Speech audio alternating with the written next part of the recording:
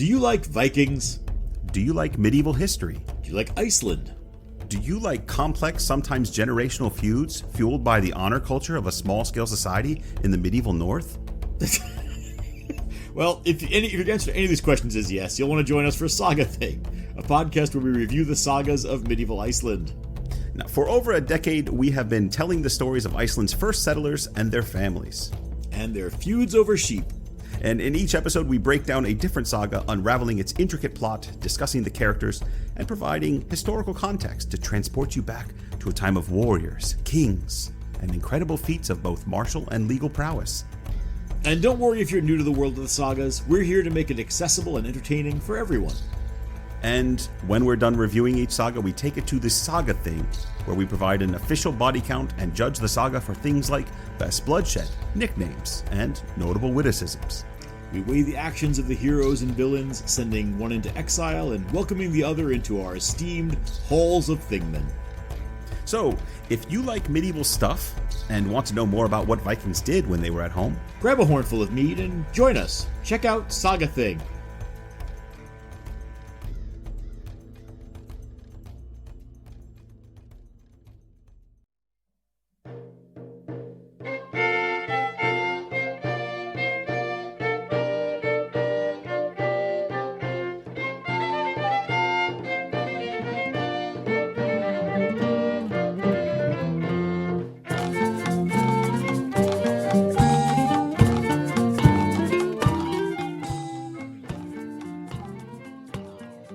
Hello, I'm Michelle. And I'm Lucy. Welcome to Tudoriferous, the biographical podcast that examines lives in the Tudor era. And today, Margaret of Burgundy / Margaret of York. Yes! This is going to be a good one. I'm looking forward to this. Yes! And I can put my feet up because you're going to do it all. I'm going to do it. It's been a while, but I'm back. Come with me, if you will. You wake up to screaming. The acrid smell of smoke instantly overwhelms you with fear and you start coughing. You scramble to grab whatever meager possessions you can. This can't be happening. This can't be happening. My service to the Duchess only started yesterday. People are continuing to scream, some in fear, some in pain. You manage to get through the press of bodies in the servants' quarters and get outside.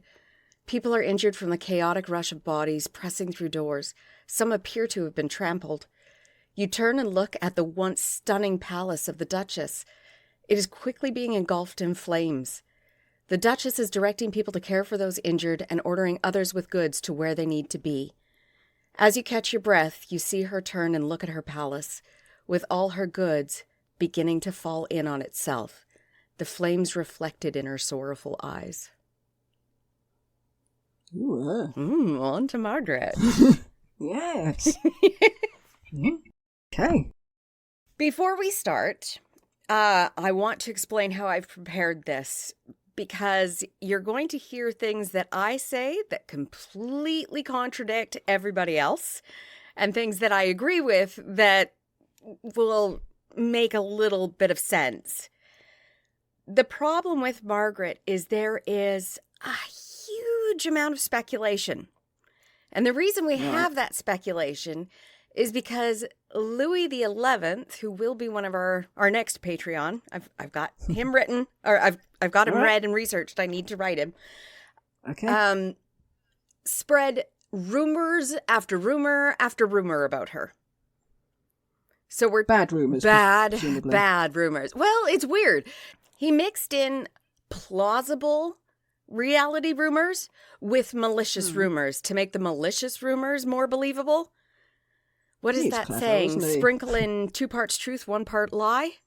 I heard that somewhere. And then you get the no smoke without fire bit, don't you? Yeah. So wheedling through, I'd have to go back to the original documents that were difficult to obtain and then compare them to the calendar state papers. And try to wheedle out what actually was correct. So my version may or may not be correct, but I tried to do this as unbiased as possible, which is going to be funny because I started not really liking her and ended up liking her. But because of that speculation, it is going to be a little hazy in a weird way. Usually it's hazy or unsure because we don't have anything at all. Now we just have really contradictory records. So, and then you've got Henry VII wading in with rumours yes. and malicious comments. Yes. And being the Diabolical Duchess. Yes. So what I'm specifically focusing on is what we know she has done, and there is corroborative evidence for it. As in, we see the payments in her financial accounts going out to this particular thing. I tried to keep it in the realm of this is hard evidence, but at the same time, I am going to mention a couple because they were seriously interesting rumors, and they affected her life and England. Ooh, So right. I'm still going to add in some rumors, and I will try to say this was rumor or we are not 100% sure. But it was actually... Well, it sort of doesn't matter. If it does affect her, it's a story as well, isn't it? Yes. And I actually really enjoyed this one. It was a lot more like deciphering clues instead of just finding things and reading them. I was like, is that true? I don't know. Where can I find more info? It was actually a lot of fun. Yeah, so I'm getting waves of Perkin coming back to me now. He is in this. Yeah, I should imagine he will be. So with all that, let's begin. Surprise! We have her birth date. Ooh, Yeah, a woman? a woman. A woman with a birth date? Not even the eldest daughter. Goodness. She has a birth date. Margaret was born on the 3rd of May in 1446. Nice. Yeah. A spring birthday? Yeah. To what may be considered a loving marriage and family. Like we've heard before, people shuffled off their children to nurses and nannies and stuff. But the reason we think that it was a loving marriage is that Cecily, her mother, and Richard, her father, the Duke of York, spent an enormous amount of their time together. So we've heard of others where the man goes off to fill a post and the wife stays home to care for the properties, basically be an estate manager. But when Richard goes off on his postings in Calais and Ireland, Cecily goes with him. I was just thinking about that moment in the War of the Roses where he has to leg it quickly to Ireland. Yeah. And she and Edward and Richard, I suppose, or maybe... Yes, and Margaret stay behind. Maybe John. They're just left standing in the town square. Yes. Waiting for the soldiers to come. Yes. Which didn't sound very loving to me. It sounded as if he just said, right, you're on your own, I'm off. Actually, from what I could find, But did he have a reason? possibly Cecily told him to go. Cecily has an inn with Margaret of Anjou. Right. She's not in danger. Ah. So if she stays behind, there's a chance that they can retain their property. Right.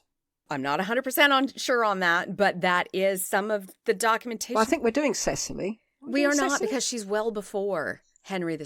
Yeah, no, we're doing a Cecily. Which Cecily are we doing? We're going to be doing Cecily of York, I believe Elizabeth of York's sister? Younger sister. Is that the one we went for? I believe right. so. Yeah, okay. I believe so. Which is her granddaughter. Yeah. Granddaughter? Yes, granddaughter. Yeah. Cecily was often with him to every other post except for that one time of flight, which is unusual. And additionally, quite often in the records, we see the children in the same household as the parents. Wow. Yeah. Different. Margaret is the 6th of 12 children. Ouch. Yeah, one mom. Single mom, Yes. 12 children. And she would be the 3rd daughter. This makes having her birthday even more surprising. But they recorded every child's birth. Unless it was for astrological purposes. Yeah, but why would other people not do it then? It's just it's unusual. Don't know. She was born to a Duke and Duchess of York, not a king or a queen, and a queen. But all her life, she would consider herself a princess, and it appears that her parents were encouraging that thought in their children.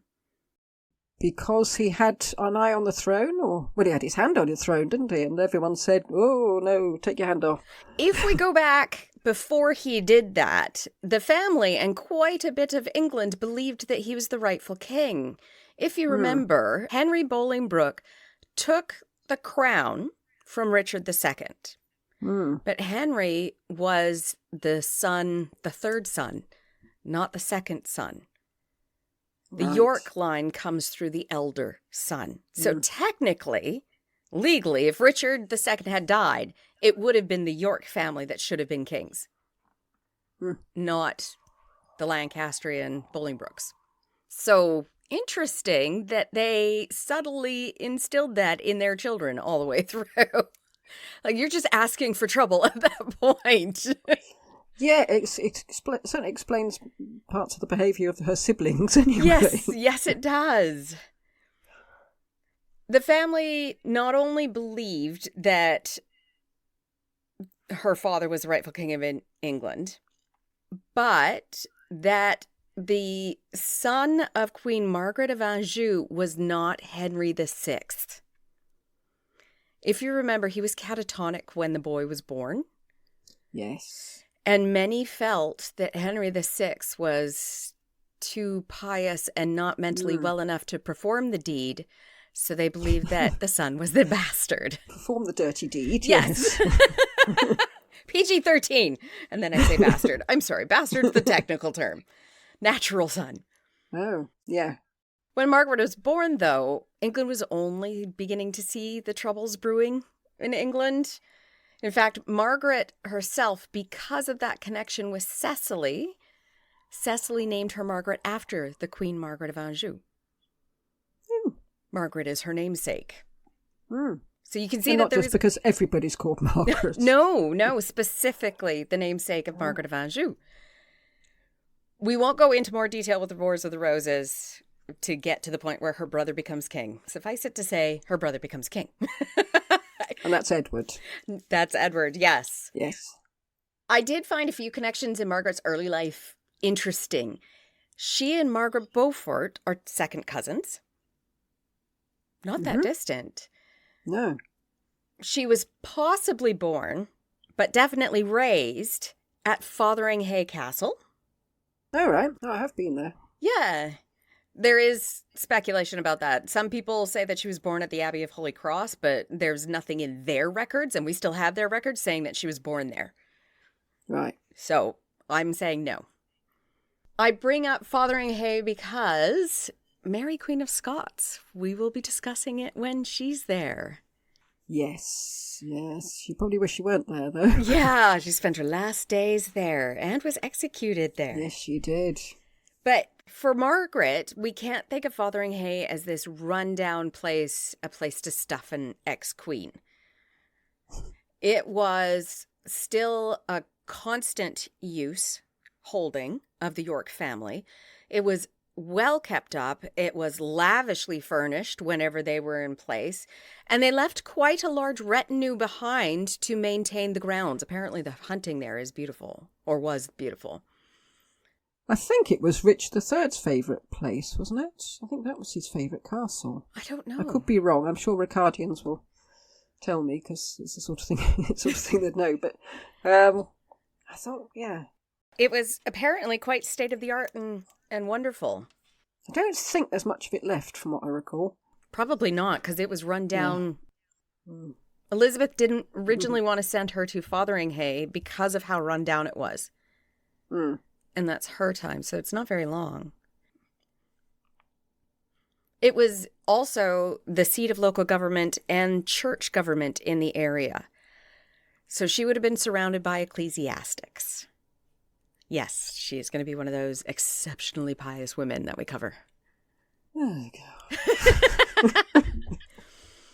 We also need to see Margaret the way she saw herself in order to put her actions and attitudes in perspective.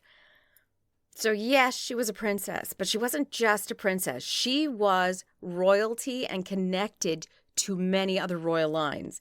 She's related to the King of Scotland, Isabella of Castile, Ferdinand of Aragon, King Alfonso of Portugal, and Maximilian, the soon-to-be Holy Roman Empire.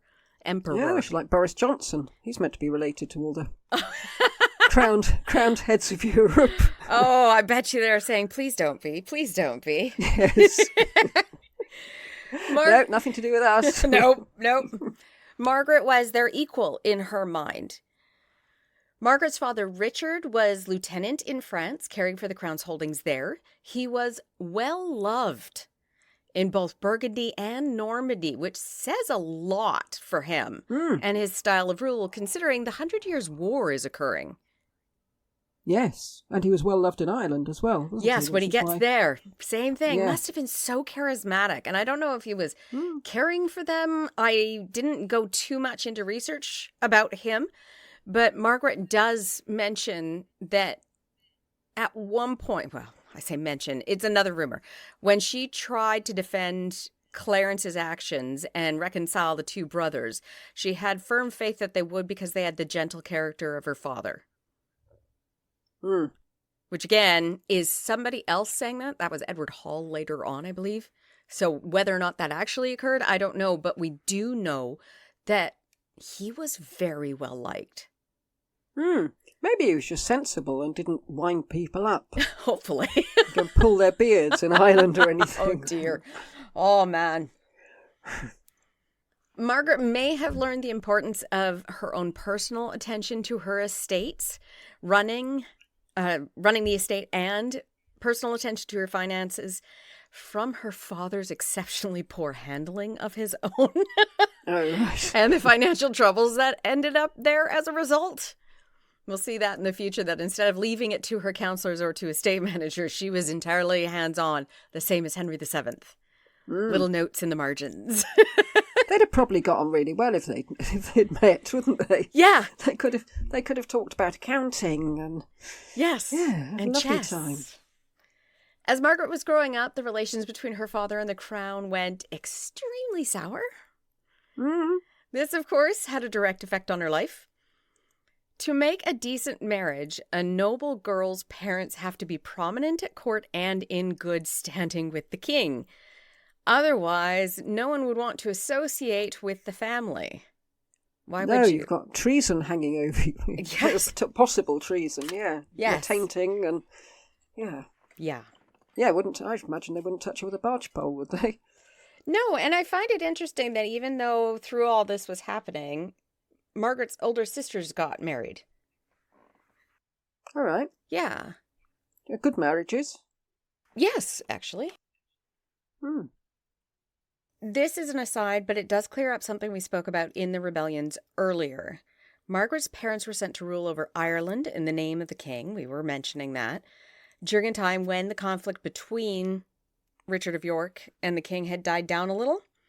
While there, Richard, her father, again became very popular in Ireland, and Cecily, Margaret's mother, gave birth to George, Duke of Clarence. Yes, he was born in Ireland. Yes. And that made a big difference, didn't it? Yes, his godparents were Irish, and apparently the birth was such a joyous occasion in Ireland, it was celebrated widely, not just in their home, as if he was a prince born in Ireland.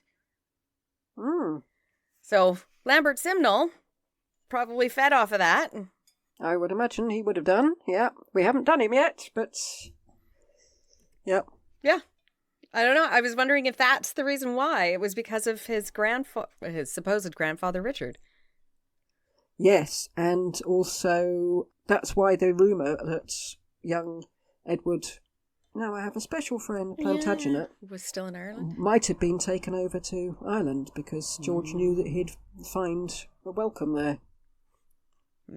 So, wheels within wheels. Yes. Within wheels within wheels. We don't have a record of where Margaret was during her parents' tenure in Ireland. She would have been young, but she's the sibling just older than George. There was a great deal of unrest, as you can imagine, but it seems that Margaret and her mother were able to stay relatively comfortable during the Wars of the Roses, even when her father was attainted. This is where the Margaret of Anjou connection seems to have appeared to help the family. Henry VI ensured provision was made for Cecily and her children of 1,000 marks a year for a family that had been attainted. Yeah, that's not peanuts, is it? No.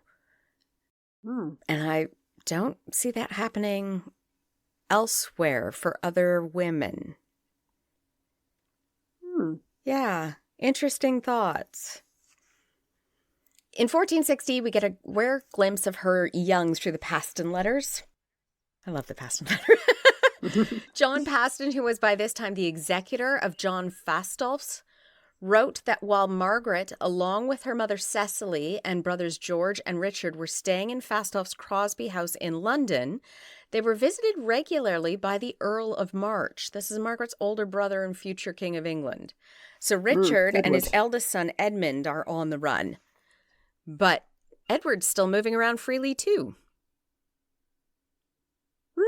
Yeah, that was a surprise. Yeah, I thought they'd all rushed over to Calais.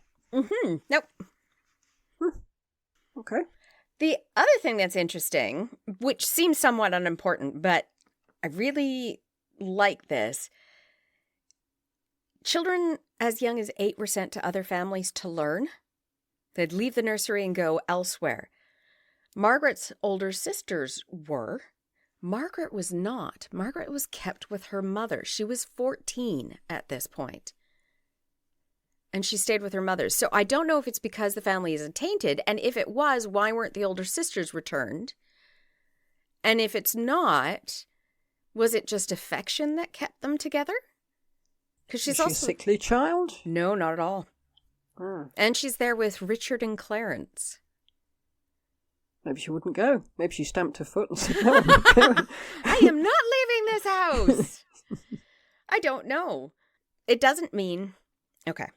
We're speculating that because she's there, that it was loving. Cecily does seem to keep her children with her longer than most other women, so that's why we think it was a loving household, which would make sense later when we discuss Margaret's attitude and behavior towards her stepchildren. And also, 12 children. I mean, that's quite excessive, isn't it? I mean, To have big together. families, but 12? Yeah, 12 children.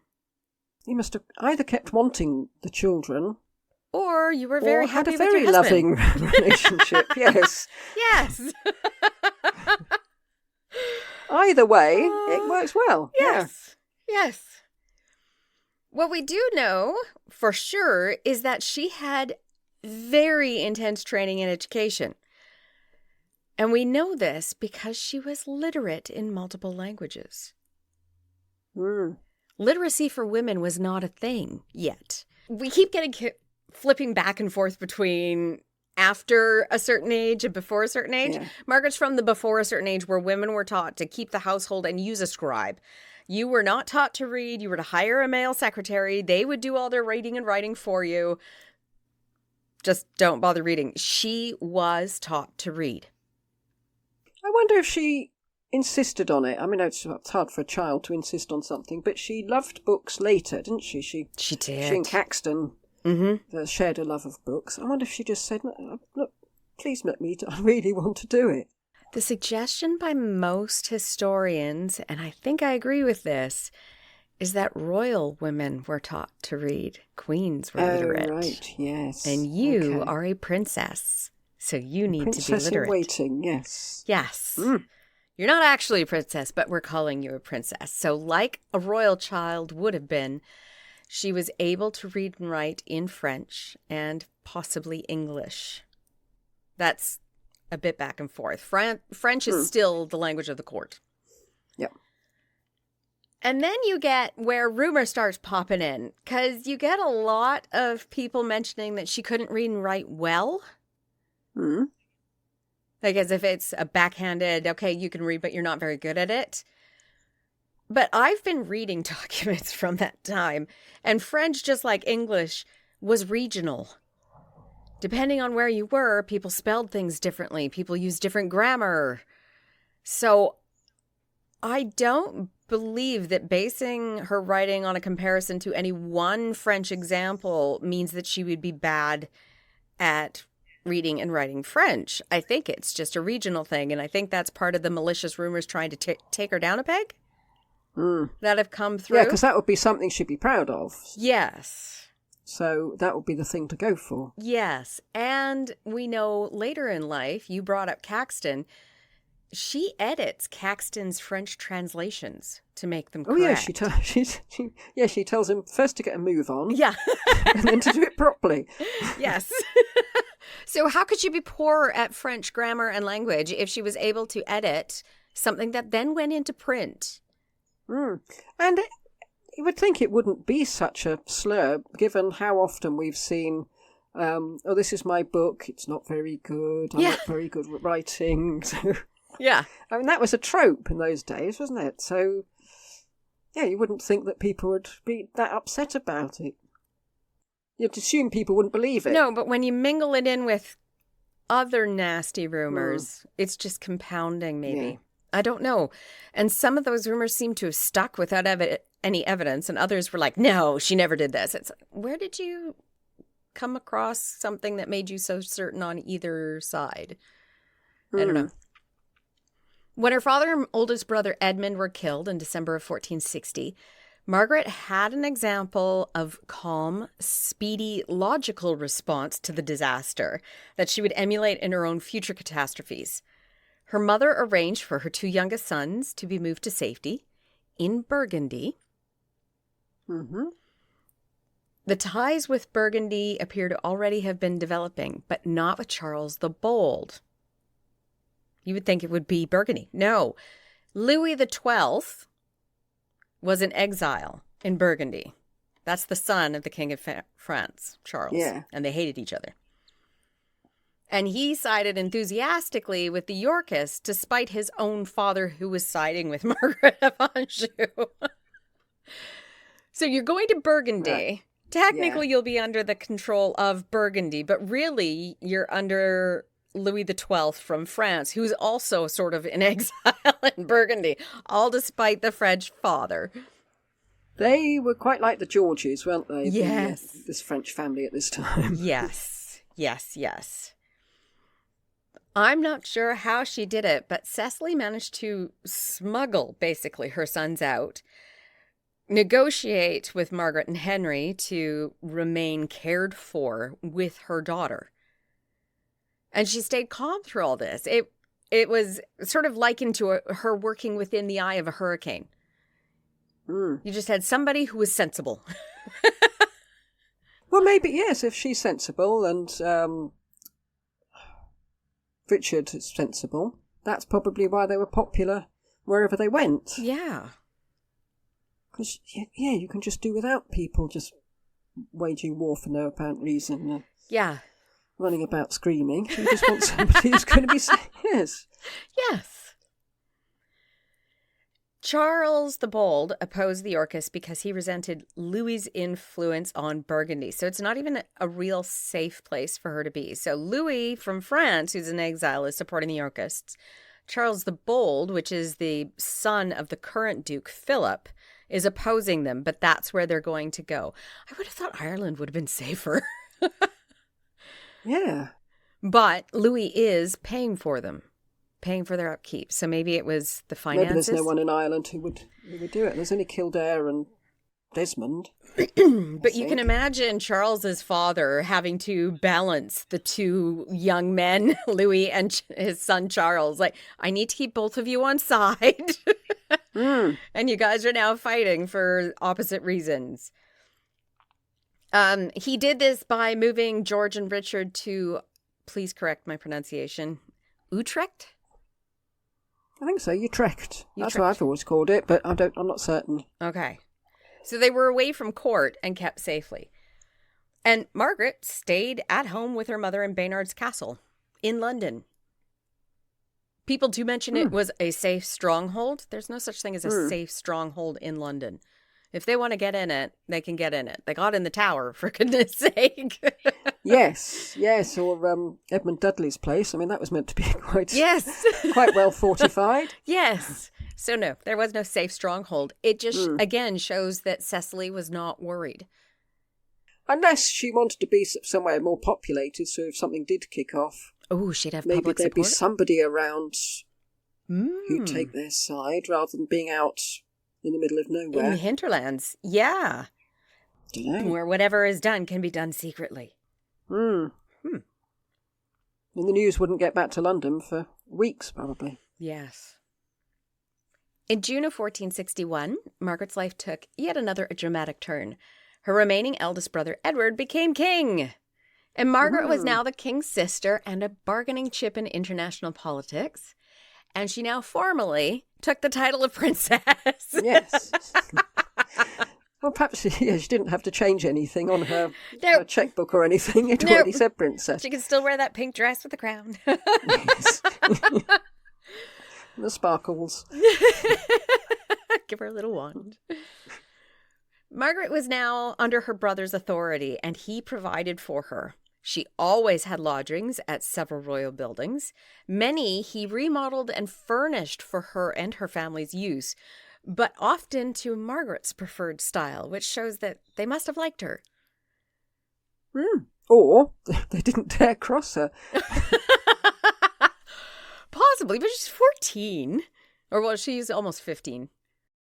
Well, when we looked at Katerina Sforza and the Patreon things, I mean, she was quite a force to be reckoned with at that age, wasn't she? Yeah.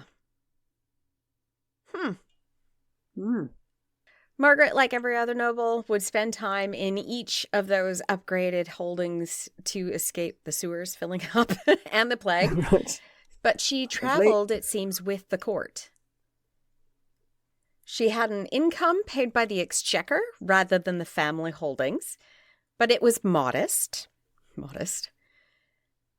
And it didn't pay her bills. And I don't mean that in a negative way.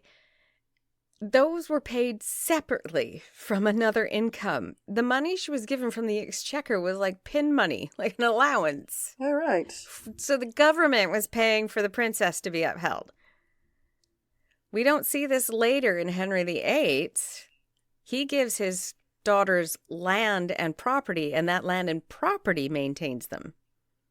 So it's a different Does this setup. carry on after the Treaty of Picardy, when Edward's getting a nice little pension from France? Yes.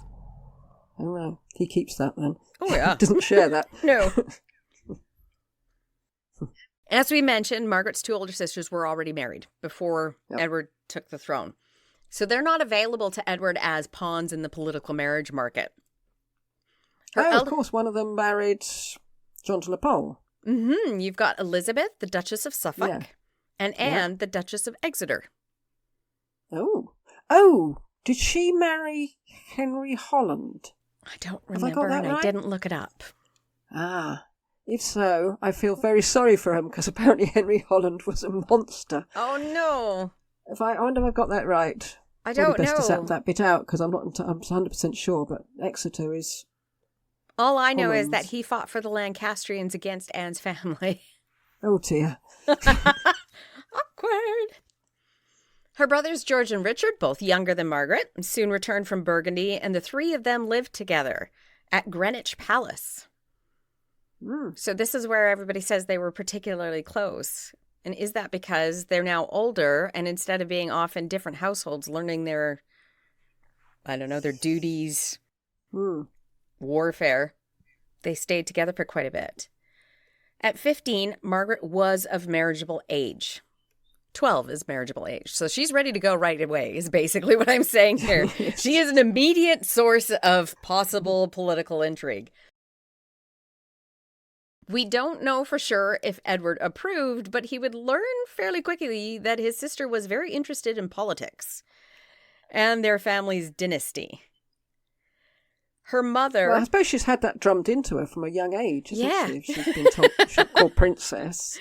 Yes. Her mother, although a widow now, remained active in politics for the benefit of her family. So she was quite all hands on when Edward was king. And it seems she's the one who taught Margaret how to play the game well in England. Because she could see from a woman who was a dowager that technically had no power whatsoever, she was still able to pull some strings. Yeah, I suppose she's been in amongst it for many, many years. Edward did use Margaret in the political marriage game, and we have a record of a few proposals before 1465. In 1462, the French ambassadors told the King of France that a marriage alliance for her was being negotiated with King James III of Scotland. Oh. Yeah. Later, there was a proposed marriage for Margaret to marry a Burgundian prince, which would be, or could be, Charles, the future Duke of Burgundy. But the first serious negotiation was for marriage with her to Don Pedro of Aragon. This marriage was proposed and urged by the Duchess Isabel of Burgundy. Is that Ferdinand's half-brother or something? I didn't go too much into him. All I know is he is a pretender to the crown of Aragon. So he is a Don, but apparently he figured he should be king. So if she ended up married to him, she'd be in the same situation she'd been in all her life. Yes, I was just thinking about Ferdinand was given Sicily, I think, by his dad as a thank you for not rebelling against me like your brother did. Yeah, so, I believe so. So I'm assuming that must be him. Yeah. Duchess Isabel of Burgundy was related to Don Pedro. She was his aunt through Portugal. Everything's a web. Yes, I know. We must look at Portugal at some point because it's sort of in there. The only reason Margaret didn't marry Don Pedro was because he died. Okay. It looked like that was a done deal, and then he died. Isabel, the Duchess of Burgundy, is interested in who gets married to who with the Yorkists because she herself is also a granddaughter of John of Gaunt. Right. So she has a stake. That's the fountainhead, isn't it? Yes. Of everything. Thanks, John of Gaunt. Stop sleeping with women. Other references for her for the first 3 years of her brother's reign don't really exist. But after 1464, Lady Margaret, quote, the king's sister, unquote, that's how she was titled, is mentioned a lot more often. One of the first mentions is her attendance at the coronation of Elizabeth Woodville as queen. Oh. Yeah, she was third in line behind her two elder sisters and sat on the queen's left hand at the banquet. And I wondered about this. So, yes, Elizabeth is now queen. She has sisters, because we know that's one of the things that got everybody ticked off was all of her sisters were being married out to nobles. But two massive families there. Yeah. And the king's sisters outranked the queen's sisters. So it's interesting that the king's sisters got to go forward in the procession. So her two older sisters, then her. So right after the queen, it was Elizabeth and Margaret, and then the queen's sisters. I thought that was interesting. Yeah. Like they're outranked. Weird. Anyway. Would it be difficult because the Woodvilles were not of the same rank, really, were they? And blimey, didn't people keep going on about it? Do you think it'd be difficult for the king's sisters to be behind these upstarts? Yeah, and a king does outrank a queen no matter what you do. So maybe his family automatically outranks the queen's family because of that. I don't know. It's interesting that there are. I'd like to do it, but I don't think I'm ever going to find time. There are books of precedents that you can read from that time, and they're thick. Yes, and the heralds were meant to know it all, weren't they? Yes. Who can sit near who has to sit on the left or right, who has to sit under a table, which apparently is a thing during some of these. Really? Yeah. Yeah. It was one of the coronations, the feast after the coronation, somebody had to sit under the table of the queen while she ate for 3 hours. I'll have to look that up. We mentioned it before. But you can see why fights break out in funerals and things. You just get those little precedent wrong. Yes. And fans of Pride and Prejudice, when Lydia comes home and tells, "No, Jane, you must go lower, for I am a married woman." The married one, yes. Yes. Interesting. I'd love to understand how they kept all that together. Anyway, as we continue, she was now one of the ladies that attended the queen, so she was at court constantly now. We don't get much about Margaret's character, though. The only thing we do get is that it's noted that she seldom smiled and that she was reserved in company and kept quiet. I'm not sure if that's out of proper behavior, but if it's noted, it makes me think she was sad or something. Or perhaps she just had that sort of piety that thought that any sort of fun was inherently evil. Fun is a sin. Yeah, not like Margaret Beaufort, it turns out. No. Man, I wish we had done her again. I've found so many more mentions about her that were not included in any of the biographies or papers I found at the time. Well, anyway. Well, when we come to bring it all together, I mean, since she was too delicious, when it comes to the playoffs, can add all those bits. Yes. We're getting close to those playoffs. Yeah, we're actually going to finish Henry VII's season. We've got a few ideas about the end as well, which we're going to put to the patrons. Yes. In a way, Don Pedro's dying ended up being a really good thing for Margaret. She had not won the hand of Charles of Burgundy the first time he was in the marriage market, but the year prior to Don Pedro's dying, Charles's second wife also passed away. Oh, good. Childbirth. Yeah. Yes. Yeah. Well, everything's worked out fine. Yeah. This left both of them available for a very important marriage. As mentioned earlier, Isabel of Portugal, the Duchess of Burgundy, Charles's mother, was related to the English crown through John of Gaunt. And for some reason, she associated herself most closely with the English part of her family rather than the Portuguese part of her family. Right. Okay. Yeah. Why? I don't know. She specifically encouraged an English marriage. She's the one that brought it forward to her husband, Philip. She's the one that was trying to push it on her son. This is not the first time Isabel had proposed marriage between the Yorkists and her son. Earlier in 1446, she tried to marry her son to Anne of York, Margaret's older sister, years before Edward was king. And when it would not have helped Burgundy politically, it actually would have been disastrous. They would have been dragged into the War of the Roses. Yes. And yet she was still, marry them. Yeah, but she wouldn't have been that much of a, catch at that point. No, not at all. You're a duchess. You're not a foreign princess. You're not going to give us anything. There is no political gain there. In fact, it's a political drain. Hey, it rhymes. We'll put it on a t-shirt.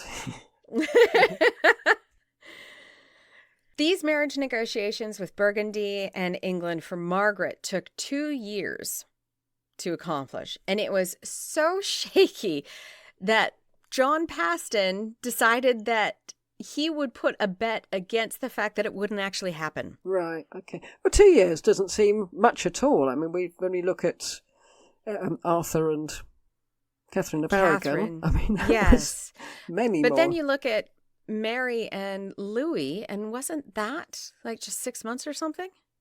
I don't know. Well, I suppose he was getting on and he was not in good health, so I need to pull out all the stops there. We need to get some background regarding Burgundy in order for the rest of her life to make much more sense from here on. And sorry, it's a history lesson.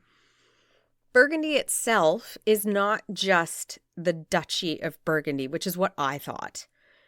It is a vast collection of wealthy holdings, counties, or countries. And these include the Duchy of Burgundy, of course, Artois, Flanders, Charolais, all of which the Duke of Burgundy owes fealty to the French king for. Yeah, it's so complicated. Yeah. But the collection of properties also includes Brabant, Zeeland, Holland, Hainault, as well as the County of Burgundy, which is separate from the Duchy of Burgundy, also known as Franche-Comté. A number of these areas were only recently conquered by Charles's father, Philip the Bold. We won't reference a map. What I do want to note is that not all of these areas touched each other. Well, there was Burgundy here and Burgundy there, wasn't there? Burgundy over here and Burgundy over there. Yeah, so if anybody's taken political geography, the more stable states are clustered in a group, literally in a circle around the center of power. The more elongated or disparate, like broken apart, the less stable that government can be. There, I summed up an entire semester in a sentence. Well, that makes sense. Certainly makes sense, yes. Especially when you've got Martin Schwartz marauding about. I mean, you do need safety in numbers. Yes. And you have the delicate balance of him giving fealty to the Holy Roman Emperor for some of those lands and the French king for some of those lands. Loads of fun. Whenever Charles needed to travel from one landholding to another, he had to negotiate with other rulers to gain permission so he could go visit each one of his holdings. Can you imagine how much of a nightmare that would be? I would like to come through your territory with my army. Yes, to get to my territory. To get to my other territory, yes. Yeah. Well, Maximilian had it cushy, really. I mean, all right, it was stretched off a huge area, but at least it was all joined up. Yeah. This conglomeration of properties is also the wealthiest in Europe. It is the wealthiest for trade and for production. So the Dukes of Burgundy were extremely wealthy. Politically, in the past, the Dukes of Burgundy and their loyalty to either England or France during the 100 Years' War more often than not determined who won that current section of the fight. Right. So it is incredibly important to have Burgundy on your side, even though he already owes fealty to the French. It very much is very confusing. The current Duke Charles is extremely anti-French. This was due to the loss of more territory, more Burgundian territory, to Louis XI in 1463. Louis wasn't having any of this, so he started clawing back some of that land from him. People interested in the history of World War I will know one of the greatest areas of dispute between the French king and the Dukes of Burgundy, and that's the area of the Somme. The Somme, yes. Yeah. It was originally under the holdings of Duke of Burgundy, but became part of France because of Louis XI. And Charles was not accepting this. No, well, so why would he? It was Charles's aggression to Louis that had led him to agree to the marriage, nothing else. Not attraction. No. No. No. Oh, poor Margaret. Yeah. Now, Louis, on the other hand, desperately needed to prevent an Anglo-Burgundian alliance, and he may have thought he had axed the marriage before the marriage negotiations could have even begun, because he had supported Warwick and Edward prior to them becoming the king and the duke. Yes. So he had helped them, supported them, provided them money, and apparently some troops. Yes. I made you king. Yeah. You should not have this marriage. On top of that, in the opposite vein, he now has Queen Margaret of Anjou and her son alive and well in his lands and under his protection. So he could not only say, I made you king, but I'm holding your biggest threat. Yes. So why on earth would Edward entertain a marriage that could force Louis to support Margaret of Anjou and start this War of the Roses all over again? Do we know why? Several reasons. Oh, right. We do. The first, which is the one that makes Warwick the most angry, is the influence of Edward's wife, Elizabeth Woodville. Right. She and her family are pro-Burgundian because of the familial relationship between Elizabeth's mother, Jacquetta of Luxembourg. Right. Luxembourg and Burgundy are allies and family relations. Okay. She has no family relations with France. Second, and possibly more importantly, trade with Burgundy was vital to the economy of England. Yes. Yes, it didn't stop Henry saying, no, cut it completely. I don't like them. Yes. But, yeah, it really backfired. Yeah. If they lose the trade with Burgundy, England loses out on everywhere they can send their wool cloth, their wool. They can't bring in things. It's always like, yes, I need to sell my stuff to you. But it's also, when I bring stuff from you, you're going to increase the cost of selling it to me. Customs duties and what's that called? Tariffs. Lovely tariffs that never seem to work. In regards to that trade, a possible alliance with the French may drastically harm the English economy because Charles was so anti-French. He could punish England. Right, yes. Through that. Third, the entire merchant community of England was pushing for an alliance with Burgundy, hoping for better trade treaties. England had been suffering economically because of the Wars of the Roses. The only source of income for those merchants that they could possibly make more money through is Burgundy. That's it. They don't have another option. So, of course, they've got petitions going before the king saying, you need to get the trade treaties done. Our current rate of exchange for currency is unprofitable. We're failing, basically.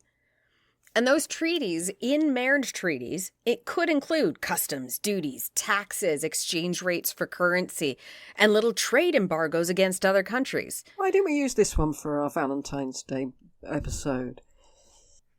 This loving relationship based on tariffs and taxes, treaties. I don't know. Maybe we'll do a full description of Margaret and Charles's marriage for the next Valentine's, because there's a lot of detail. The initial marriage negotiation didn't just include Margaret. There is also talk of a double marriage with the older brother of Edward, Clarence, the elder brother, not Richard. He's the lucky recipient. Mary of Burgundy, Charles's daughter and sole heir. Yes, because I remember we said what a lucky escape she'd had. Even the fact she got Maximilian, she still had a lucky escape. She still had a lucky escape, yes. And this is where you are going to find that I wholly and emphatically disagree with a lot of YouTube videos and other books and articles.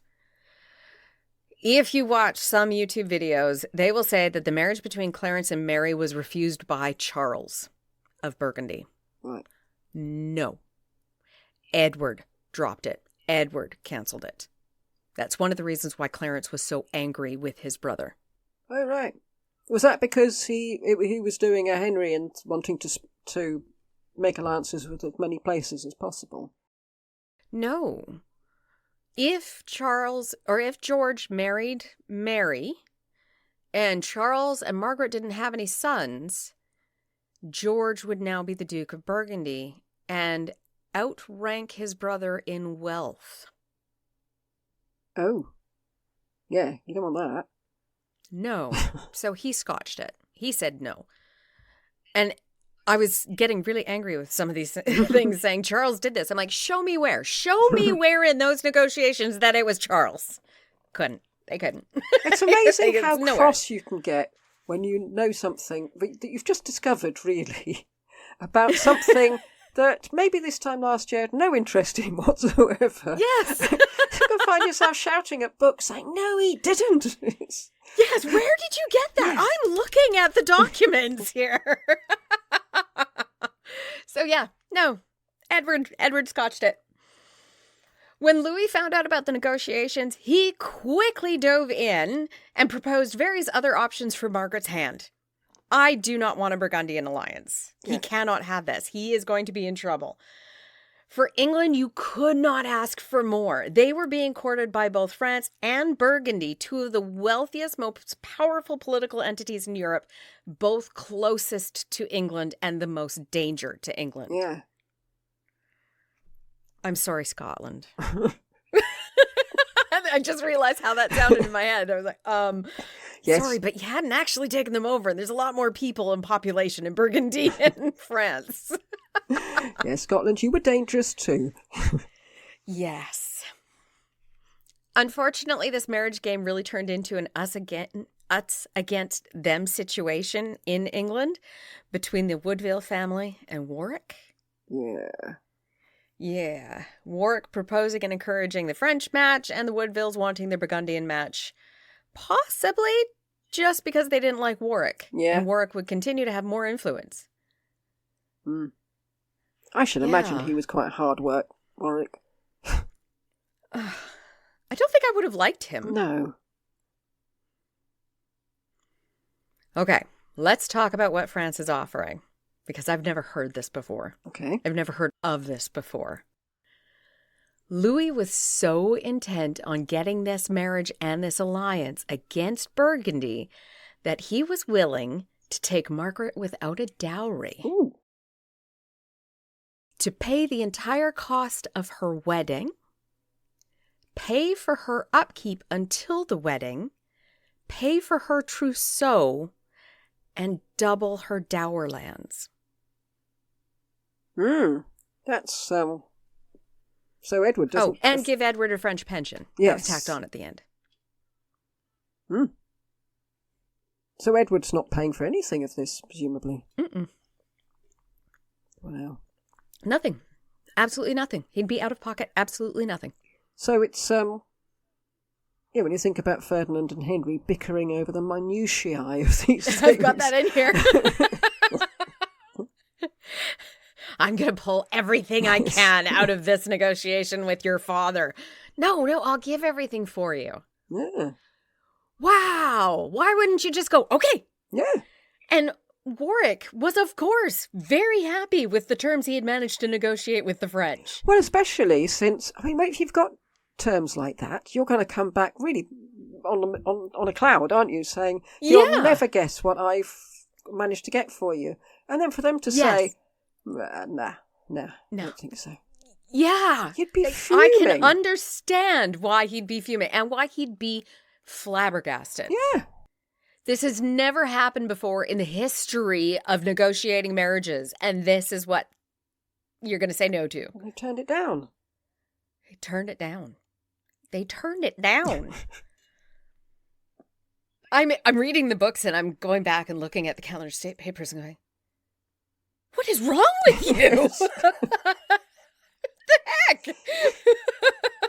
I'm not a political person, and even I can see this is better than nothing. Yeah, it's not as if Edward's was a particularly wealthy court. I mean, he could do with the money. They were broke. Yeah. After the War of the Roses, they were broke. He'd borrowed a lot from the Medici Bank as well, isn't it? He couldn't pay back. Yes.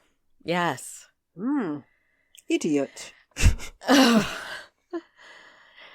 And then, if you take your view off of Edward and look over to the side a bit, you see Elizabeth Woodville with Margaret having a little chat.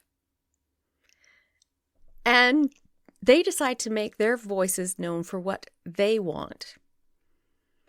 This comes down to a time where a woman does not really have that kind of political clout, where she can just walk up and say, no, I choose this. They orchestrated this beautifully. They went to Elizabeth's brother, Anthony, Lord Scales, and asked him to hold a tournament.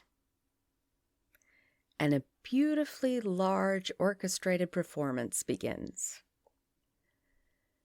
A large number of Burgundian nobles were in England for these negotiations, and they were going to be in the tournament. They were going to be heroes. They were going to be knights. They were famous around the world for being great at tournaments. They're on display for all of London and all of those merchants that desperately want the trade agreements to see. Either Margaret of her own devising or her and Elizabeth together, they go for popular support instead of a direct, I want this. And I thought that was brilliant. Well, they wouldn't get it if they just said, I want, will they? No, but to think that they could do this and pull in the London merchants on their side by putting on a show, that's quite surprising to me. That's quite a lot of lateral thinking there. Yeah. And it seems to work.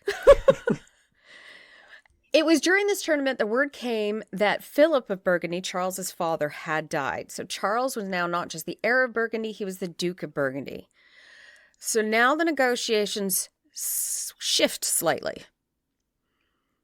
And they go sideways for England very quickly. And I can't figure out how Edward managed to continue with his decision to marry Margaret to Charles of Burgundy. We have heard what Louis was offering. Everything. Charles does the opposite. He doesn't offer anything.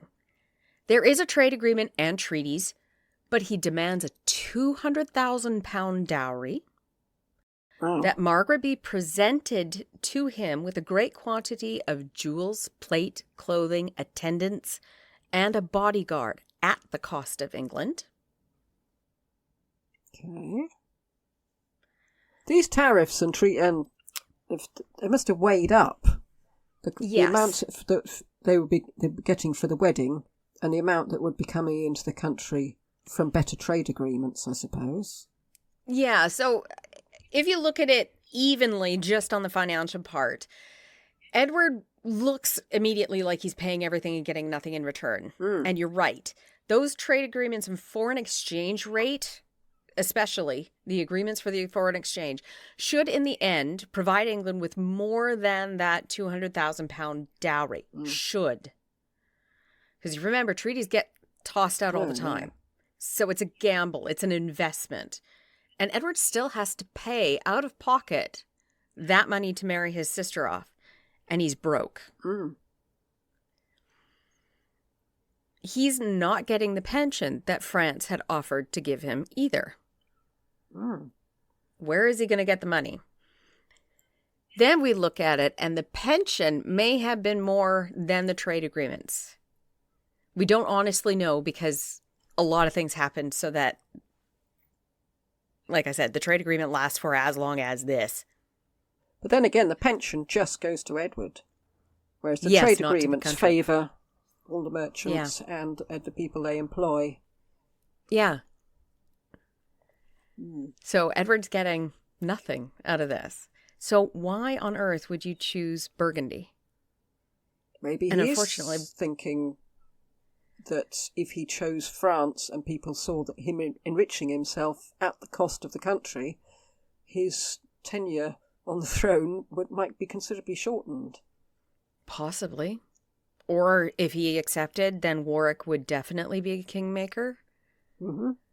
I don't know. It's something that I just don't get. And there's an additional thing in this marriage agreement that just made me feel like you've got them down and now you're kicking them in the face.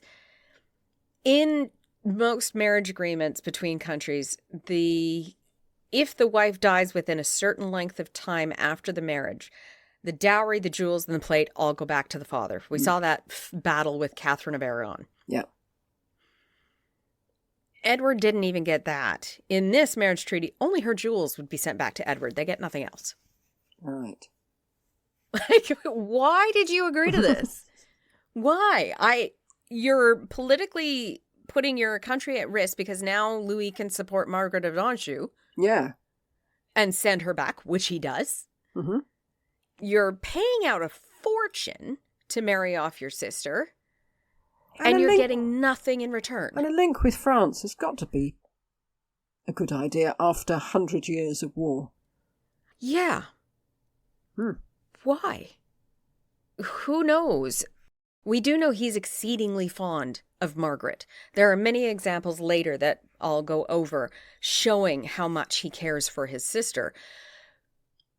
But does that caring for her and her saying, I want this particular marriage, really make you make that kind of a politically disastrous decision? Is Edward and Warwick fall out quite dramatically? And I know Edward's getting fed up with Warwick.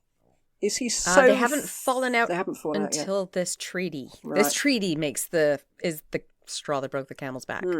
But I was just wondering if there's a bit of bad feeling between them and he just thinks, I don't mind kicking a bit of sand into Warwick's face. I know Warwick's got bad feelings. He comes back with that deal for France. Is like, are you dumb? Yes. Yeah. And I get it. I would be sitting there wondering, like, have you gone insane? Yeah. Have you... Oh, I don't think you can have heard me. No. You don't pay anything. Nothing. We get money. Yes. We get paid a pension. You yourself get paid a pension. Yes, just think how much alcohol and food you can buy with that. Go on. We don't have to go for another war with France.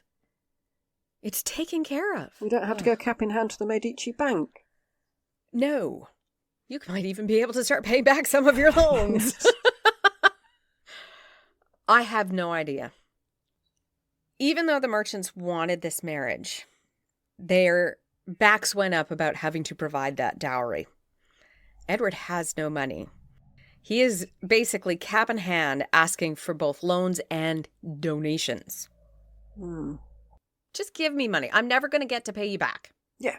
Give me $5,000. Like, come on. The fact that he had to try to get the money delayed the marriage. He needed a lot of time to get that first installment of the dowry, as well as the money and goods for the trousseau and her trafficking. So was he able to say to the merchants, look, I'm doing this for you. This is all for you, you know. I am not sure, because he does have a great deal of trouble getting the first installment. Well, nobody wants to pay up. No, and they had to build the trousseau. So, a trousseau, for people who don't know, a trousseau is a gathering of the household items that you're going to need when you get married. Household linen, plate, your clothes, chests, that kind of thing. All right. I thought it was, always assumed it was just clothes, but yeah, that makes more sense.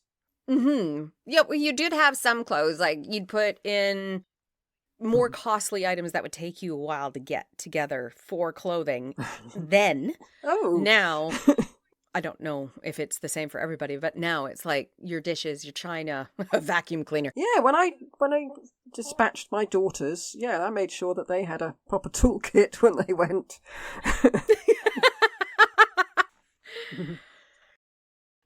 For her trousseau, that was not just that. It was her everyday use dinnerware, which for a lot of them wasn't gold.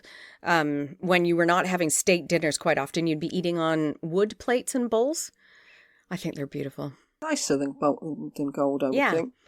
It also included her furniture, a bed, cloth of gold, bolts and bolts and bolts of cloth for her future clothing. About, I don't know, I'm trying to think of Anne of Brittany and all the times I've read. It would probably be at least 100 dresses. All of her horses. Well, I mean, you're going to need 100 dresses. I mean, goodness me. I mean, look at my wardrobe over there. I've got at least 100 in there. She would also need her horses for traveling, litters for traveling.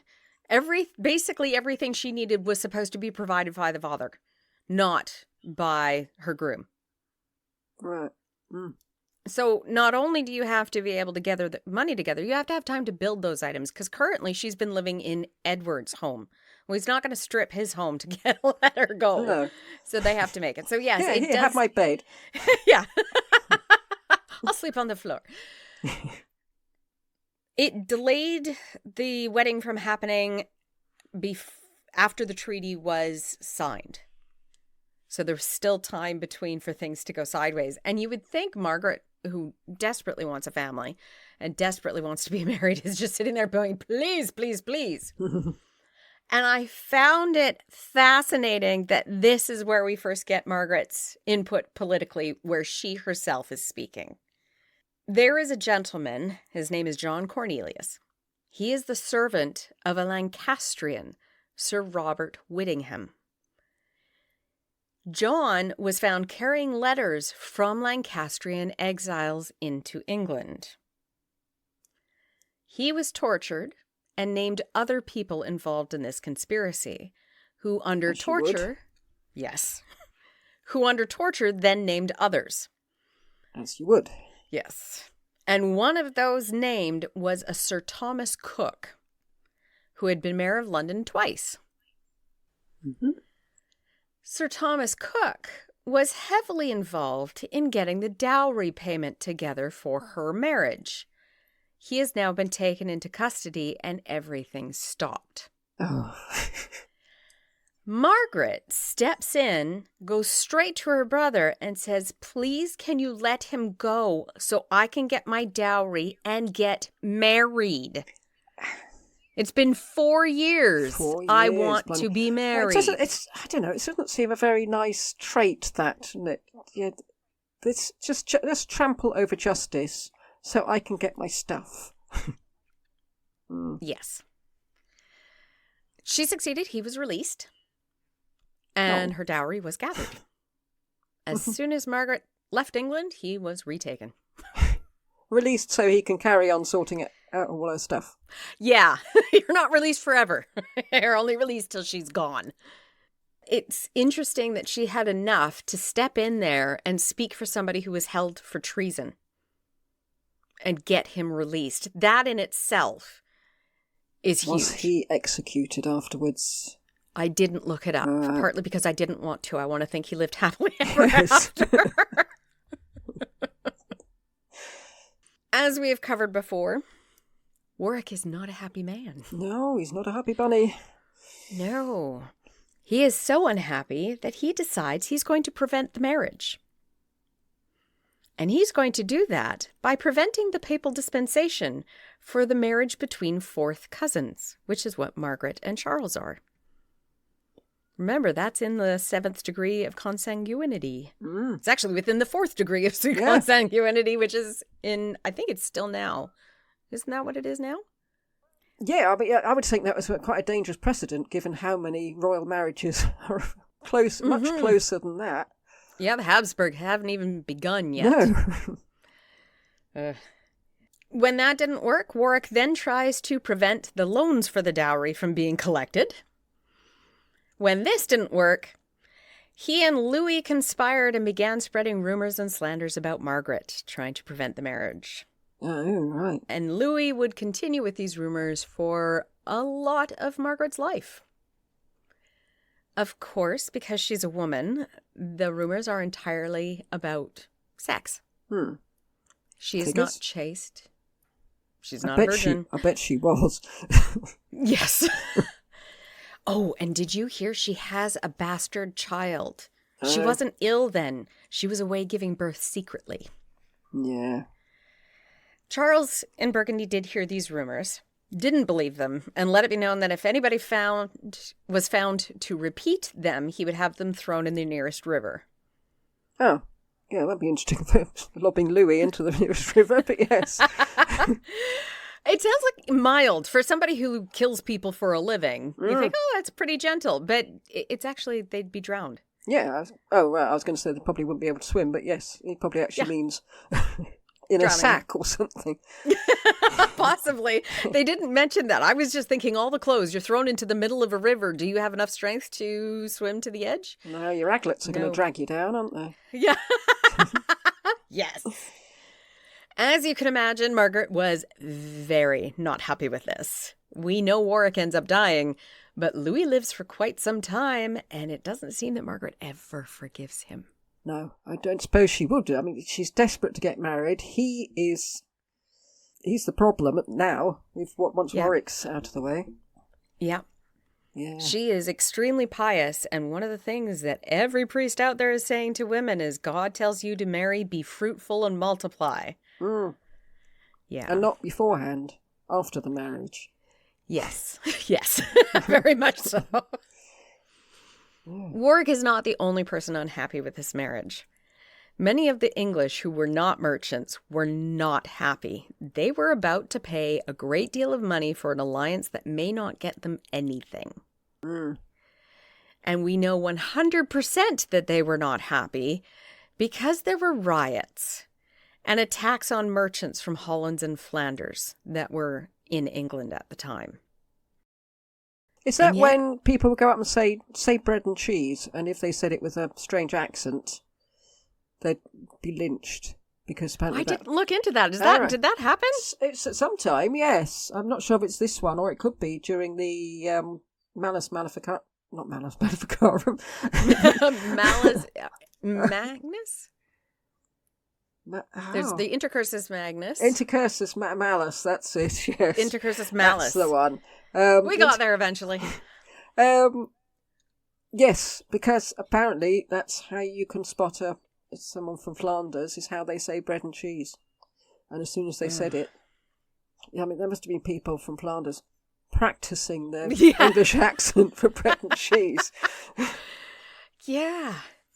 I mean, if riots aren't enough to indicate that you should not go forward with this treaty, I don't know what is. And yet Edward continued on with the marriage. Had he burnt his bridges by then? I mean, was the offer still open from Louis, or had Louis said... Oh, I'm sure he could have turned around and gone back to Louis and said, you know what, we'll take that, and Louis would have done it. Right. I mean, you'd have thought, with the amount that Louis was giving up, you'd have thought that he'd say, well, no. I mean, I offered you all this, and you went to somebody who wants vast quantities of money. I mean, what does it take? Yeah. I don't know. Yeah. Finally, in 1468, Margaret leaves her home at the Royal Wardrobe and is led to the ports in Cheapside to be seen off for her marriage by those who stood surety for her dowry. And that's all it says. So does that mean she's surrounded by merchants? I don't know. Are they going to make sure that she gets there safely? Because, the last thing you want is for dying of seasickness on the way over. Oh, I don't know. They only saw her off. It doesn't say that they got onto the boat. Right. So how long did this marriage, because the actual negotiations didn't take so long, but how long did the whole thing take in the end? The whole marriage, it started in 1465. It was finished in 1468. 3 years in total. Yeah.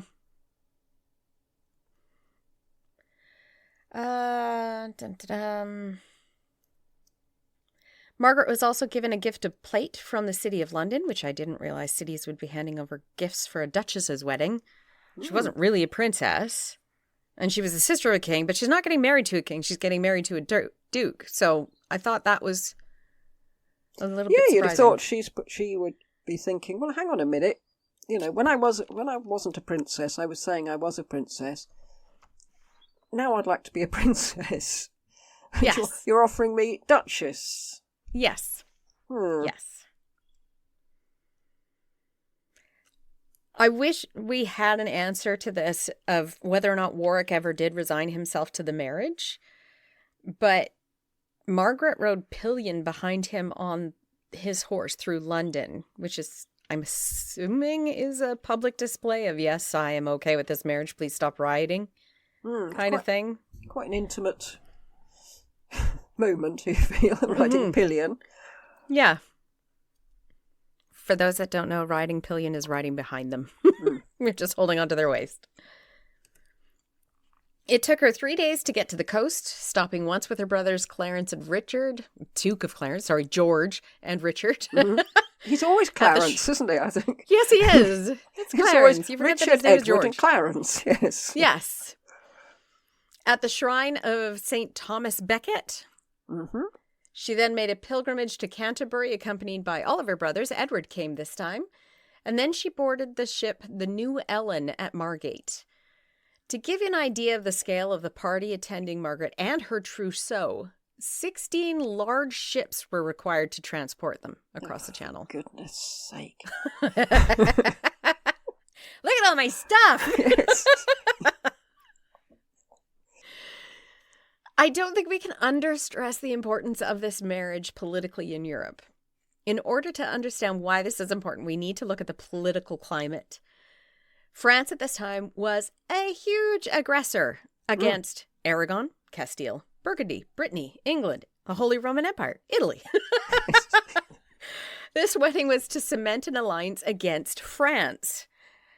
Burgundy was possibly the most wealthy collection of properties in Europe and the court the most magnificent. And we don't have to guess at that or assume. We have other courts referencing the fact that they were copying Burgundian building styles, Burgundian customs, Burgundian clothings, Burgundians' pomp and circumstance, and Burgundians' precedences. And art, as we saw. And art, yes. I can give you a great example. Hampton Court.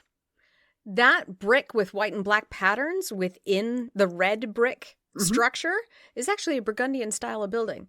They started that patterning of brick. And it continued, Burgundy continued to be so important that her brother's grandson, Henry VIII, had a palace built in the Burgundian style.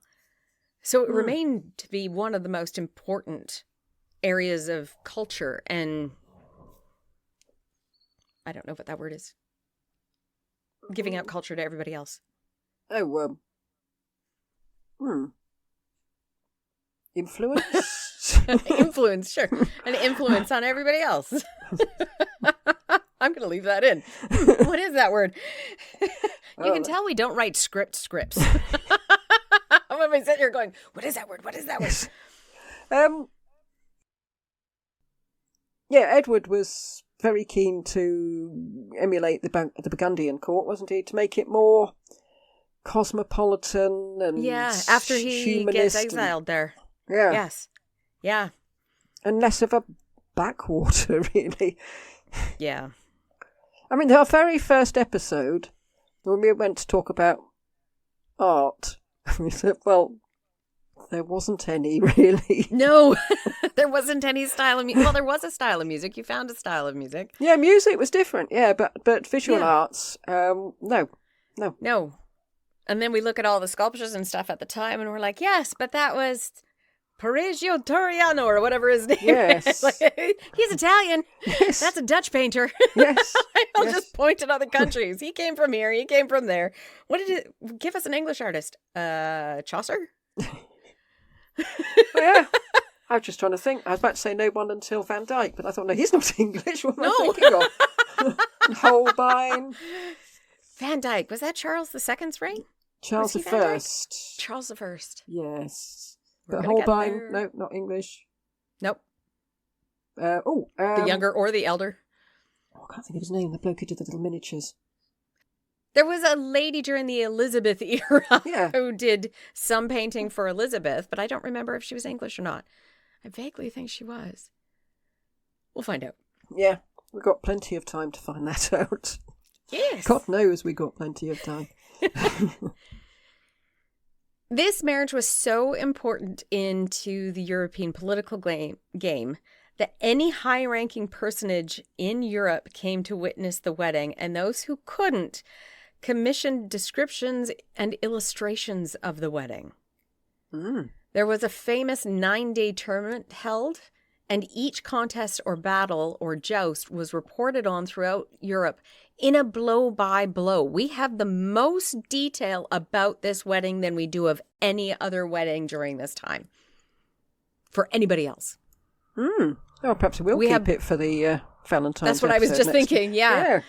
Like there's sections that I just sort of left out of all of them. We're not going to go into this right now. But just the fact that we have more detail about this, and it was more magnificent than Arthur and Catherine. Oh, right. And that was incredibly expensive. Yeah. John Paston accompanied Margaret to Burgundy, and he says, quote, "And by my troth, I have no wit nor remembrance to write to you half the worship that is here." And by worship, he is referring to the nobles and princes and bishops. Everybody who was anybody was there. It's like the Ascot races in England. And probably just the silly hats, I expect. I love those hats. Any idea about what Charles thought of this? Was he keen on the wedding? Did he like her at this point? I kept him very separate because this is already going to be possibly 4 episodes. He was very proper. He seems to show some affection later, which I'll get into, but I really think we should be adding him as somebody for the Patreon. Yeah. Yep. Because he's one busy man. Oh, yes. And then he gets his face eaten off by wolves. I mean, you can't ask for more than that, can you? Spoiler! I think we've mentioned it before. I think we have. Yes. Okay. Now we need to remember that Edward is a brand new king. He is not the son of a king. He is technically a usurper. Mm-hmm. And his sister is about to go on display to all of Europe.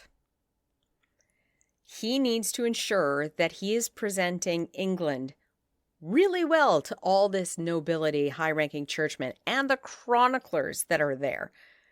That's a hell of a responsibility for Margaret, isn't it? I know. But Edward wasn't there. Edward was not there. I don't know why. You'd have thought this would be the moment to sort of press the I know flesh. why. I remember why. No, Margaret of Anjou and her son is still out. Oh, right. They're in France. You can't leave. Yeah. Yep. He provided Margaret with an extravagantly luxurious trousseau. Like, he really went all out for this. And it was on display during the procession into Ghent and Bruges.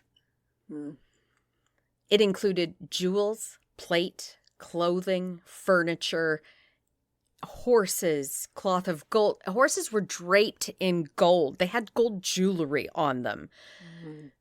She was accompanied by a vast number of notables, including the Queen's brother, Lord Scale. One of her ladies was Elizabeth Talbot, the Duchess of Norfolk. So he made it out that his sister, a duchess, was so high ranking that she deserved a duchess as a servant. Well, yeah. It's crazy. He did everything he could to make her look just as important as the Duke of Burgundy and anybody else who was there. She came in high flying. It would be like her showing up in, I don't know, a Lamborghini. Yes. Hi. Oh, I had it bedazzled, but these are diamonds. They're not Schwarzschild crystals. Margaret lucked out in her channel crossing. Unlike others that we have heard, it only took 1.5 days and there was no seasickness. So when she came out, she was stately. Her bearing was perfect. She didn't look pale and interesting. 1.5 days? 1.5 days. 1.5 days to cross the channel. Yep. I'm trying to remember how long it takes on the ferry. 3 hours? Something like that. Those have motors. Yeah, that's true. That's true. And yeah, I suppose it's fine if you're just having to go across from one side to the other and it doesn't matter where you end up. But yeah, if you're trying to aim for a particular place, you've got how long did it take Philip to end up crashing into England? Oh, I don't know. Coming from Burgundy. Who is her step-grandson. Margaret's step-grandson. Yep. I don't know. Her reception was very unlike Catherine of Aragon's. It was down to the T of being perfect on precedence and protocol. There was no, hey, we're going to show up at your bedroom and make you come out so we can look at you. Ducal chamberlains arrived with musicians playing trumpets and clarions. They greeted her properly. She did not meet her husband the first day. That was against protocol. She did not meet her in-laws on the first day. That was against protocol. They had arrived in Sluy. How do you say that? I don't know. I tried Googling it and it kept saying, do you mean Sluvy? I was like, what is Sluvy? Yes. What are you talking about? I don't know. Yeah, I've come across it a few times and thought, Sluy? Sluy? Sure. Not sure. The entire place was decked out for celebration and people were having a grand time. It was nothing but a party. She was met with people from Sluy with more money. More money came to her from the merchants in Sluy. They didn't give gifts of flowers and stuff. They gave you actually just sacks of coin. Which is hilarious. Here, clunk. Yes, it's a bit like, we didn't know what to get you, so we just got you money. Yeah, we got you exactly. We got you a gift voucher, an Amazon token. Is that all right? Yes. She was brought in, she was made comfortable in her home for the time that she was staying in there. And only then, the day after she arrived, she first met with her new mother-in-law, the Dowager Duchess Isabel, and Charles's daughter, the Lady Mary. Mary was 11 years old at this time. I love that age. They are so much fun. Yeah. And I wonder what it would have been like at the meeting of Margaret and Isabel. She's meeting her stepmother. Oh, yeah. Or mother-in-law. Yeah. Mother-in-law, sorry. Mother-in-law, yeah. And you always think of that as being a really awkward meeting. And quite often the mother-in-law is portrayed as this dragon. That doesn't appear to be the case here. They both knelt to each other for a very long time. And it was observed how long they kept kneeling to each other. So what I'm wondering is, okay, she's the Duchess, she's my mother-in-law. I'm going to kneel to her to the last because I want to show her respect. And the mother-in-law wondering, she's the daughter of a king. I'm not the daughter of a king. It's a bit like the applause for Stalin, wasn't it? Nobody daring to be the first one to stop. But that was mentioned by pretty much every chronicler. The amount of respect that was shown for how long they stayed kneeling to each other in greeting. Kneeling is agony. Yes, it is, especially when, Isabel would have been in her 50s. Yeah. Funky knees, probably. But I do love to say that the relationship that developed between the two of them does appear quite fond. Good. Yeah, the that letters must make going the back world and of difference when you're being sent across to a different country. Yeah. Yeah. To a husband that you've never met. To have a welcoming mother-in-law must make a huge difference. Yes. And the first mentions between Margaret and the Lady Mary, Charles's daughter, again, it's almost like, I don't know which one's more charismatic, but everybody seems to have fallen in love with Margaret, including the 11-year-old. Yeah. And I'd be terrified as an 11-year-old to meet my new stepmom. Yeah. Nope, not a problem. And they stayed together quite a bit. Yeah, I remember when we did Maximilian's that, Mary was very fond of Margaret. Mm-hmm. Yeah. Maximilian becomes very fond of Margaret, too. It's Everyone interesting. Loves Margaret. Everyone loves Margaret. Not everyone loves Margaret. Except, no. If our listeners listen back to the previous episodes of Perkin Warbeck, and I believe Isabel's episode, Isabel of Castile, Lucy and I speak of Margaret of Burgundy stamping her little foot. When Margaret meets Charles, we finally hear a description of her attributes. Okay. She's not beautiful, but she is attractive. She is slender. She stands up straight, has a wonderful bearing, an oval face with dark gray eyes, and she is very intelligent. But the most notable attribute that is mentioned everywhere, remember that her brother is 6'3". Oh, yeah. Mm-hmm. She is tall. She is very tall. And her new husband was a short man. Right. The difference between their heights stood out to everybody quite starkly when Margaret is described to have to stoop to kiss him. And he's on tippy-toe, presumably. Yeah, that doesn't say a few inches of difference in height. Yeah. And if she's that tall, I sort of doubt she has tiny little feet that she can stand up. She's got these big boats. Clunk, clunk. Well, I can sympathise with her. Being married to someone who's 6'4", I can sympathise with poor Charles. Oh, hello. He goes up on a couple of stairs. They bring a stepladder for him every time. Yeah, well, that's how we do it. Sorry, I didn't mean that to be implied. Oh my gosh, that's hilarious. Charles and Margaret didn't meet until a couple of days after she arrived, and that was by protocol. He honored her in every way, including the way he spoke to her and the way he kissed her. She was going to be his wife after all, but he also kissed all the other noble ladies and gentlewomen present, because apparently that's what he was told the English did, which they were did. Great kisses at that time, yeah. Yeah. They then had a formal betrothal where they both, while in the same room, stated again their intention and confirmed that it was their own will to get married. And they're better after all this. One of them said, "No, I've changed my mind. It'll be." Yeah. I had no idea you were so tall. Yes. I didn't know you were so short. Margaret stayed in Sluy for the rest of the week, as protocol demanded, and also because the dowry had to be counted and provided to Burgundy. Right. Oh, it's so romantic. Yeah, exactly. Peeling off the notes. Receivers. It took 4 receivers to count it and make sure that it was paid in full before the wedding ceremony was held. This is so romantic. Isn't it?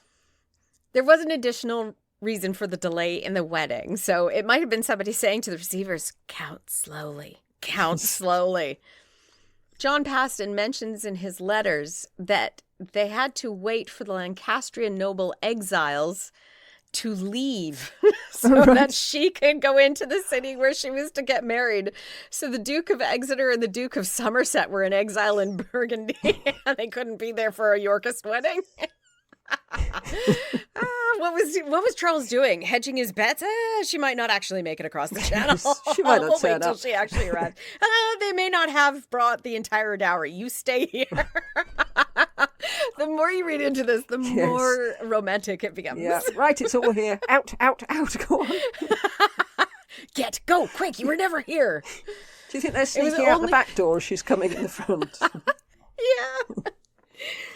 It was only once they'd all been cleared out that Margaret went up the river by barge to Dam, where they would be married. The morning after her arrival, her and Charles were finally married in a private ceremony. All right, how many Which was a thousands of surprise. people in this private ceremony? None. Oh. It was actually a private ceremony. Like, who got married in a private ceremony? Henry and Jane Seymour got married in a tiny private ceremony. Yeah. Well, yeah, you'd have, I mean, Anne Boleyn had literally only just been executed.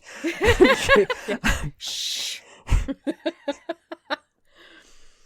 And I wonder how Margaret felt during all of this. Everyone was giving her the utmost respect. She was getting gifts handed to her left, right, and center. She must have felt like a princess. Yes. And I couldn't think of a worse thing ever happening to me. Oh, God. Being the center of that much attention. Oh, horrible. No, horrible. thank you.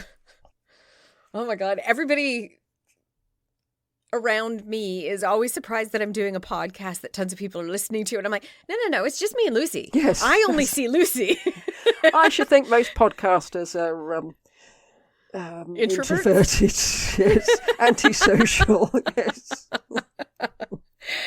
That's Just why me would and you Lucy. sit in a room and talk to someone 2,000 miles away? Let's see. I'm in my home. I can turn it off anytime I need to. And then I'm done my socializing for the week. Yes. I can tick that off my to-do list. Talk to someone. I have humaned. That's what I call it, humaning. I fail at humaning when I'm in person. Please leave me alone. She was provided a gilded litter. So much like Queen Elizabeth II, Chucky III. I'll just offend every English person out there. Well, Charles III. You're not offending me. Yeah, apparently that's really uncomfortable. It has hardly any suspension in it at all. And How could it? That carriage is so heavy. yeah, you're thrown about all over the place. Yeah. Yeah. I haven't So tried. she had a gilded litter. Sorry? I haven't tried it. I mean, I'm taking this on hearsay. Oh, I'd just like to go and touch it. I don't know why. Touching history feels more real. I need to touch things. Yeah, so gilded litter, which of course had crimson cloth of gold draped over it, as well as the cushions inside, so Okay. more gold, for her to arrive at her wedding with matching white horses pulling the litter. Elizabeth arrived at... Oh, yeah. Elizabeth I. If we see her coronation portrait, she arrived with her hair down. Virginal. Yes. Margaret does the same on the way to her wedding. However, that's not done in Burgundy. Oh, right. She just looked as if she hadn't bothered. Yes. Let's say women of ill repute wore their hair down. Oh, dear. So all of the descriptions in the Chronicle, I love that they're almost, it's like us in texting where you put something in all caps. They're very firmly written, that she wore her hair down, but it was honorably worn down. Yes. She's not a Did prostitute. nobody tell you when you were getting ready this morning? No, I only had English women helping me get ready. Oops. Yeah, you'd have thought there would be someone just... A protocol just- teacher. Yes, just doing the protocol. I was thinking of what's his name? Burchard. Burchard, yeah. Yes. Burchard sitting there going, no, before she For does people who anything. don't remember, he was the C-3PO. much put upon protocol instructor for Pope Alexander, who Yes. had no interest in protocol whatsoever. Nope. But yes, So do we know, because we've just said we'd hate this, do we know, did she revel in it? Do we know that? We don't. I bet she did. Probably. For what she does later in her life, I would think she enjoys being the center of attention. Mm. Like a lot of her actions, I found there could have been another introverted way to do it. But she doesn't. She goes for the most, here I am. Yes. Yeah. Let's get the party started, yeah. Okay. And the fact that she seems to be charismatic and people fall in love with her everywhere she goes makes me think she has to be extroverted, because us introverts, we don't speak. No, people don't fall in love with us. No. They wonder what weird things you're doing. Okay, yeah, Caxton was very taken with her, wasn't he? Yes. Lots of people were. We're not going to go into many more descriptions of what was going on because, one, it would take up an entire show. So, yeah, I think a Valentine's episode would be good. But also, Margaret didn't do it herself. This was other people. She just had to follow protocol, which she failed in the first part. And it will keep us off the inappropriate Valentine's episodes about sex that we've got planned. Yes. Yeah. Showing the fact that this was a trade agreement between two countries, it's noted. So they had a private ceremony and then they went to their big reception and feasts and processions and everything. The attendance of the merchants, and I love that they're listed English, of course, Flemish, of course, but also Spanish merchants, Scottish merchants, Florentine merchants, Venetian merchants, Genoese, and more that couldn't be identified were in the processions. And then I started wondering, why? Why would all those... I get the Flemish, I get the English, but what about the rest? And then I realized... Well, I didn't realize, sorry. I read a historian who was doing the economics of Europe. And I wouldn't recommend his paper. Okay. The information was great, but it was definitely reading an economics paper. It was that kind of thing. So if you're looking for light reading, don't read it. Okay. If you're looking for actual information... He was great. To make sense of why the other country merchants were involved, he was looking at how trade agreements affect everybody in an area. So if you have a trade agreement with better exchange rates between one country and another, trade increases in that location, benefiting all the merchants in that location, not just those who are from that location. Oh, right. So all of the merchants in Burgundy would be excessively happy. They're about to make more money than they have before. So yeah, everybody was there. But I do really like this because it brings us in to some of our other episodes. The Florentine merchants were led by a Tommaso Portinari, who is a bell. He's one of the Medici's main agents for loans. Right. Is that where the money's come from to get this wedding up and running? I mean, apart from the stuff they've managed to get out of the... I actually don't know. I don't know. All of the merchants were noted to provide gifts to Margaret, and you can bet those gifts vied with each other for opulence and value. If you're on display to the whole city and all these chroniclers, you don't want to give her, I made you socks. Yes. It's a toaster. They're made of gold. They're gold socks. Yeah, I mean, if you want good presents, make sure you've got a table out and tell people to put them on there where everyone can see them. And if it breaks, I want another one. Like if the table breaks, then it's a good gift. One thing I also found interesting, we've spoken before for mottos and sobriquets that women took when they married a king. And I believe it was on that Rex Factor pub quiz that we were invited to be on, that we were discussing Jane Seymour, Anne Boleyn's, and Catherine of Aragon's. They got to choose their mottos. Mm-hmm. So I'm not sure if it's because of the generational gap, because those marriages were quite a bit later, or if it's the fact that she's in Burgundy, but Margaret doesn't get to choose her motto. It's given to her. Which doesn't seem logical. No. And what does she end up with then? May good ensue. Yeah. Yeah. It's almost like somebody going, what do we want to write? We want to write what we're going to get out of her. Oh, good things. Yeah, so again, even her motto doesn't give us any clue to her character because she didn't get to choose it. Yeah. But yeah, is that a tradition in the two countries? I don't know. Then came the famous jousts and tournaments that lasted until July 13th. So they were about a month for the celebrations. An entire month of being on display for celebrations. Oh, blimey. Yeah. I always find Christmas, by the day after Boxing Day, I think, right, that's it. Yeah, I'm done. Yeah. But they just drag it on and on and on, don't they? Forever. Yeah. 1 month for a marriage celebration. And that's 1 month, not from the time she arrived, but the 1 month from the time that the money was counted. So you get time before then, too. Yeah. Oh, no, thank you. Not at all. And everybody looking, is it going all right? Or do they seem to be getting on? You know, Do you think can't... they consummated the marriage? Yes. Probably more detail than that they'll be after. That seems to be what we come across. That just saying yes and no, it's not nearly enough. Nope. With Margaret's marriage completed, her titles increased dramatically. She is the Duchess of Burgundy, and of Lotharingia, Limburg, Luxembourg, Brabant, and Gelders. Mm-hmm. She is the Countess of Artois, Burgundy, Flanders, Hainault, Holland, Namur, Zeeland, Zutphen.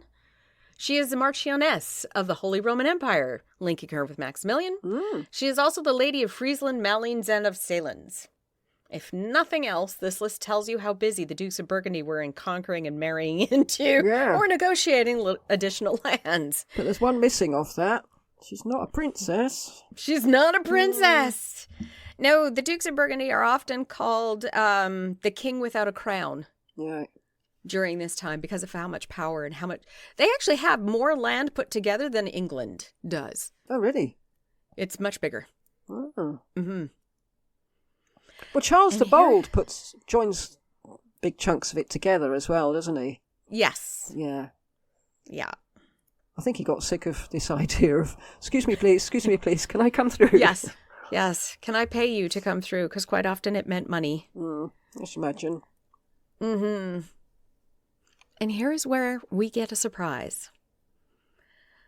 Charles's view of marriage. Her role is to provide heirs and solidify the alliance with the English against the French. Nothing else. You are not here to help me. You are not here to play any political part. You are not to be involved in the government at all. Did she know that before she went? Or is this a bit of a slap in the face? I really don't know.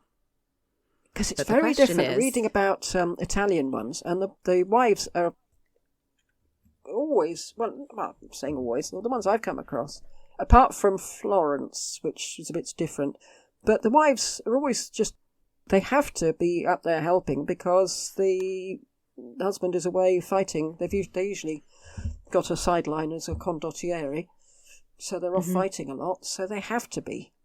But then Charles was off fighting a lot as well, isn't he? So they got a council, presumably. Yep. And the question we will look at in the next couple of episodes is how on earth does she end up being a major political player when she's not allowed? Well, there's a cliffhanger on I've never heard one. You mentioned cliffhangers and I wrote one.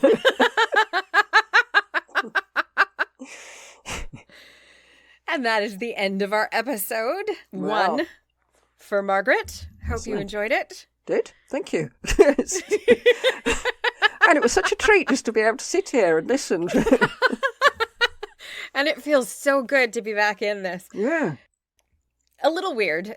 I now have a text-to-speech program, or a speech-to-text program called Dragon Naturally Speaking, because my eyes don't work anymore. And it really has a hard time when you change languages. Right. Or start naming place names that don't exist anymore. It just gives you these question marks, 3 question marks. What? Yeah. It'll learn. It's a learning software. All right, so that's handy. So everything that you've said. Yeah, you stop, you spell that, and you give it a definition, and then it will remember it for next time. Mm. So it's supposed to get better. Yeah. Excellent. Thank you for listening. Yeah. We'll see you next week. Goodbye. Goodbye.